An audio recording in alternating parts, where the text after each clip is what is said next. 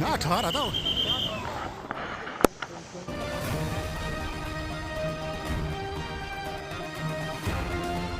पाकिस्तान की तरफ से हुई कश्मीर में घटना के बाद पूरे देश में गुस्सा है और देश की सरकार भी अब बड़े एक्शन की तरफ है। लेकिन मोदी सरकार ने पाकिस्तान पर कोई भी बड़ा सैन्य एक्शन से पहले भारत ने पाकिस्तान को पानी की बूंद बूंद को तरसाने वाला फैसला कर लिया है। जी हाँ, यानी मोदी सरकार ने पाकिस्तान वाटर बम गिरा दिया है। भारत ने पाकिस्तान पर ऐसा वार किया है जो किसी परमाणु प्रहार से कम नहीं है। सबसे बड़ा असर उनकी खेती पर होगा। पंजाब और सिंध के खेत सूख जाएंगे, फसलें बर्बाद हो जाएंगी, क्योंकि पाकिस्तान की 80 से 90% खेती इसी पानी से चलती है। खाने पीने का भारी संकट खड़ा हो सकता है। इसके साथ बिजली उत्पादन भी पूरी तरह ठप होने लगेगा, क्योंकि पाकिस्तान अपने कई बांधों से बिजली बनाता है। जब बांधों में पानी नहीं पहुंचेगा तो शहरों में अंधेरे छा सकते हैं। पीने के पानी की किल्लत से कराची, लाहौर जैसे बड़े शहरों में त्राही त्राही मच सकती है। इस वीडियो में समझते हैं कि भारत किस तरह से पाकिस्तान का पानी रोकेगा, पाकिस्तान उससे किस तरह से बर्बाद होगा, किस तरह से उसका नुकसान होगा, किस तरह से पाकिस्तान घुटनों पर आ जाएगा और किस तरह से पाकिस्तान को कूटनीति तरीके से भारत परास्त करने वाला है। बने रहिएगा वीडियो पर। क्या भारत ने पाकिस्तान पर गिरा दिया है वाटर बम? क्या पाकिस्तान बूंद बूंद पानी के लिए तरसेगा? क्या मोदी सरकार ने वो कर दिखाया जो 70 साल में कोई नहीं कर पाया? और सबसे बड़ा सवाल, अगर भारत ने सिंधु का पानी रोका तो क्या चीन हमारा ब्रह्मपुत्र का पानी रोक देगा? ये सब हम आपको बताएंगे, लेकिन उससे पहले ये जान लो कि पाकिस्तान में अभी क्या चल रहा है। अरे वहाँ तो पहले से ही पानी पर बवाल मचा हुआ है। पिछले 2 महीने से सिंधु नदी के पानी को लेकर पंजाब और सिंध प्रांत आपस में भिड़े हुए हैं। तलवारें खींची हुई हैं। 4 दिन से हाईवे जाम है। क्यों? क्योंकि पाकिस्तानी फौज और पंजाब सरकार सिंध का हक मारकर सिंधु का पानी नहरें बनाकर चौलिस्तान के रेगिस्तान में ले जाना चाहती है, जहां फौजी अफसरों के बड़े बड़े फार्म हाउस हैं। वाह रे पाकिस्तान, अपने ही लोगों का गला घोंट रहे हो। और मजे की बात देखो, रावी और सतलज तो पहले ही सूख चुकी हैं। भारत ने उनका पानी काफी पहले ही रोक दिया था। पाकिस्तान तब चिल्लाया नहीं, सोचा भारत सिंधु पर हाथ नहीं डालेगा। लेकिन अब भारत ने खुल्लम खुल्ला ऐलान कर दिया है, सिंधु का पानी भी रोकेंगे। आपको याद होगा,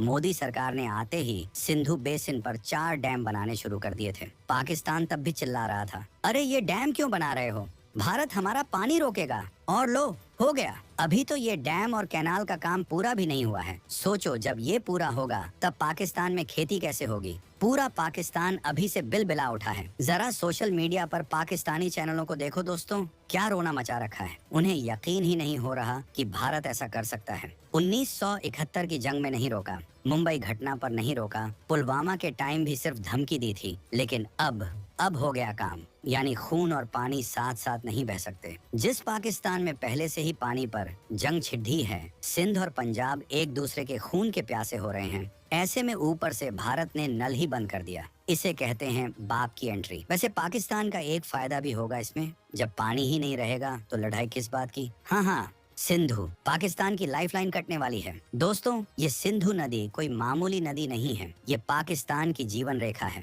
पाकिस्तान के कब्जे वाले कश्मीर से निकलकर पंजाब और सिंध से होते हुए ये पाकिस्तान के 70% हिस्से को पानी पिलाती है। जो भी थोड़ी बहुत हरियाली और खेती पाकिस्तान में दिखती है, वो इसी सिंधु की देन है। अंग्रेजों और सर गंगाराम ने जो नहरों का जाल बिछाया था, वो सब अब सूखने वाला है। हाल ही में हुई कश्मीर में इस घटना के बाद मोदी सरकार ने पाकिस्तान पर बड़ा फैसला लिया है। सुरक्षा मामलों की कैबिनेट कमेटी सीसीसी बैठी और फटाक से 1960 की सिंधु जल संधि को सस्पेंड कर दिया, यानी रोक दिया, ठंडे बस्ते में डाल दिया। क्या है ये सिंधु जल संधि? अब आप पूछेंगे कि ये सिंधु जल संधि है क्या भला?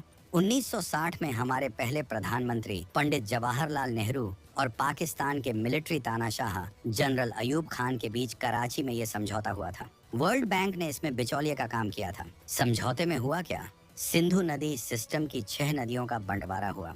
पूर्वी नदियां यानी रावी, व्यास, सतलुज, इनका पानी पूरा भारत का। पश्चिमी नदियां यानी सिंधु, झेलम, चिनाब, इनका पानी पाकिस्तान को मिलना था। लेकिन भारत को भी इन पर बिजली बनाने, खेती के लिए सीमित पानी इस्तेमाल करने का हक मिला था। भारत इन पश्चिमी नदियों पर करीब 3.6 मिलियन एकड़ फीट पानी स्टोर भी कर सकता है। इस संधि के हिसाब से भारत को कुल पानी का सिर्फ 19.5% यानी लगभग 33 मिलियन एकड़ फीट मिला और पाकिस्तान को मिला 80% यानी लगभग 135 मिलियन एकड़ फीट। सोचो दोस्तों, कितनी नाइंसाफी। और हम इतने दरिया दिल कि अपने हिस्से का भी पूरा पानी इस्तेमाल नहीं करते थे। करीब 90% ही यूज करते थे, बाकी पाकिस्तान चला जाता था। हर साल दोनों देशों के कमिश्नर मिलते थे, हिसाब किताब होता था। पिछली मीटिंग मई 2022 में दिल्ली में हुई थी, बड़े प्यार मोहब्बत से। लेकिन पाकिस्तान की हरकतें तो देखो। भारत पश्चिमी नदियों पर अपने हक के प्रोजेक्ट जैसे Kishan Ganga, रातले hydro power project बनाता है तो पाकिस्तान चिल्लपो मचाता है, वर्ल्ड बैंक पहुंच जाता है, इंटरनेशनल कोर्ट पहुंच जाता है, कहता है हमारा पानी रुक जाएगा, जबकि भारत संधि के दायरे में ही काम कर रहा था। भारत ने कहा भी कि भाई मिलकर बात करते हैं,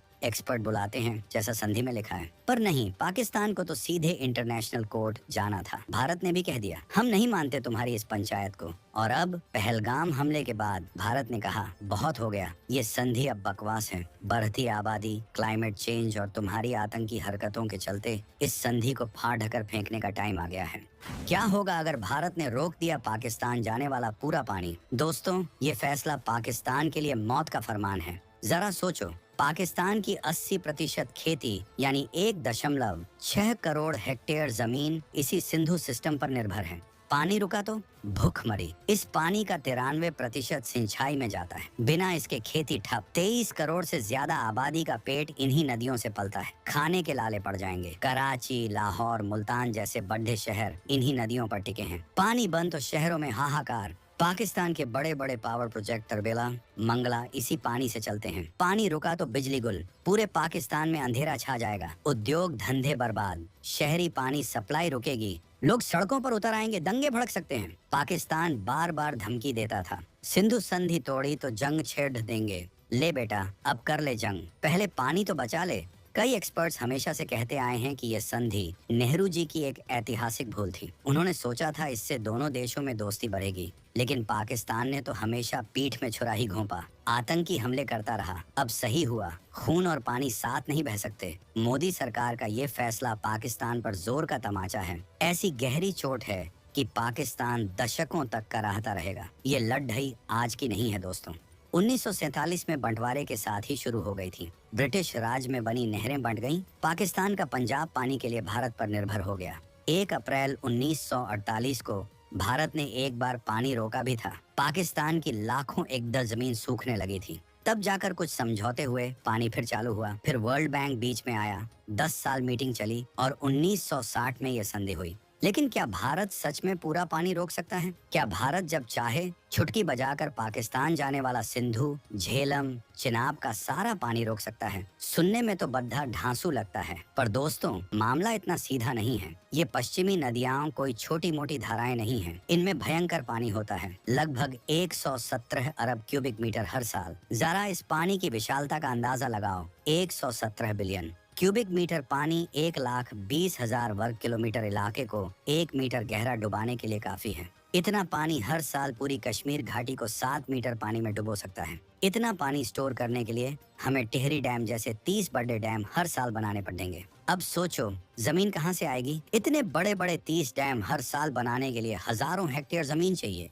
पैसा कितना लगेगा? लाखों करोड़ रुपए। टाइम कितना लगेगा? एक टिहरी डैम बनने में 10 साल लगे थे। 30 डैम बनाना और उनमें पानी भरना मतलब 20 से 30 साल या उससे भी ज्यादा। तब तक क्या पाकिस्तान इंतजार करेगा? ये तो वक्त की बर्बादी है। पर्यावरण का क्या होगा? इतने बड़े पैमाने पर कंस्ट्रक्शन से पर्यावरण का जो नाश होगा उसकी भरपाई नामुमकिन है। नदियों का रास्ता मोड़ना वो तो और भी बड़ी महाभारत है। सैकड़ों किलोमीटर लंबी नहरें खोदनी पड़ेंगी, जिसका डिजाइन, कंस्ट्रक्शन, मेंटेनेंस और खर्चा, बाप रे बाप, इसमें तो 30 से 50 साल लग जाएंगे। तो फिर भारत ने क्या किया? असली सबक कैसे सिखाया? तो दोस्तों सवाल उठता है कि अगर पूरा पानी रोकना इतना मुश्किल है तो फिर भारत ने पाकिस्तान की चूल्हें हिलाई कैसे? सिंधु संधि सस्पेंड करने का मतलब क्या है? हाँ, है असली स्ट्रेटजी, असली भौकाल। देखो, भारत ये काम कर रहा है और करेगा। पूर्वी नदियों का पूरा इस्तेमाल। भारत अब रावी, ब्यास, सतलुज का एक एक बूंद पानी इस्तेमाल करेगा। जो पानी पहले बेकार पाकिस्तान चला जाता था, जैसे रावी का, उसे रोकने के लिए शाहपुर कंडी डैम जैसे प्रोजेक्ट तेजी से पूरे किए जा रहे हैं। ये पानी अब पंजाब, जम्मू कश्मीर और राजस्थान के खेतों में जाएगा। पाकिस्तान को इस पानी से वंचित कर दिया गया है। पश्चिमी नदियों पर अपने हक का इस्तेमाल। संधि के तहत भारत को पश्चिमी नदियों सिंधु, झेलम, चिनाब पर बिजली बनाने और सीमित सिंचाई का हक है। भारत अब इन नदियों पर अपने रुके हुए प्रोजेक्ट्स को तेजी से आगे बढ़ाएगा। भले ही पाकिस्तान चिल्लाता रहे, भारत अपने हक का पानी इस्तेमाल करेगा। समझौता सस्पेंड। संधि सस्पेंड करने का मतलब है कि अब भारत पाकिस्तान के साथ पानी के मुद्दे पर बातचीत करने, जानकारी साझा करने या उनकी आपत्तियों को सुनने के लिए बाध्य नहीं है। भारत अब अपनी मर्जी से अपने हितों के हिसाब से प्रोजेक्ट बनाएगा। पाकिस्तान अब वर्ल्ड बैंक या कहीं और रोएगा तो भारत कहेगा संधि तो सस्पेंड हो चुकी है, जाओ। अनयूज्ड पानी पर नजर। भारत को पश्चिमी नदियों के पानी का जो लगभग 20% हिस्सा इस्तेमाल करने का हक था, उसमें से वो सिर्फ 4% ही यूज करता था। बाकी 16% पाकिस्तान चला जाता था। अब भारत इस 16% पानी को भी रोकने और इस्तेमाल करने के तरीके ढूंढेगा। इसके लिए डैम और कैनाल बनाने पड़ेंगे, जिसमें वक्त लगेगा, लेकिन भारत ने इरादा पक्का कर लिया है। क्या चीन ब्रह्मपुत्र रोक देगा? अब आते हैं उस बड़े सवाल पर। अगर भारत सिंधु का पानी रोक रहा है या रोकने की धमकी दे रहा है, तो क्या चीन, जो ब्रह्मपुत्र नदी का ऊपरी हिस्सेदार है, वो भारत के लिए पानी रोक सकता है? देखो दोस्तों, ये मामला थोड़ा पेचीदा है। हाँ, चीन ब्रह्मपुत्र पर बड़े बड़े डैम बना रहा है और पानी का रुख मौत धने की क्षमता रखता है। वो ऐसा कर भी सकता है, लेकिन भारत और चीन के बीच ब्रह्मपुत्र के पानी को लेकर कोई संधि नहीं है। जैसी भारत पाकिस्तान के बीच सिंधु पर थी, चीन का एक्शन सिंधु जल संधि के जवाब में होगा, ऐसा कहना मुश्किल है। चीन अपने स्ट्रेटेजिक हितों के हिसाब से काम करता है। अगर चीन पानी रोकता है तो ये भारत के लिए बहुत बड़ी चुनौती होगी, खासकर नॉर्थ ईस्ट के लिए। लेकिन ये सिंधु वाले एक्शन का सीधा रिएक्शन होगा, ये जरूरी नहीं।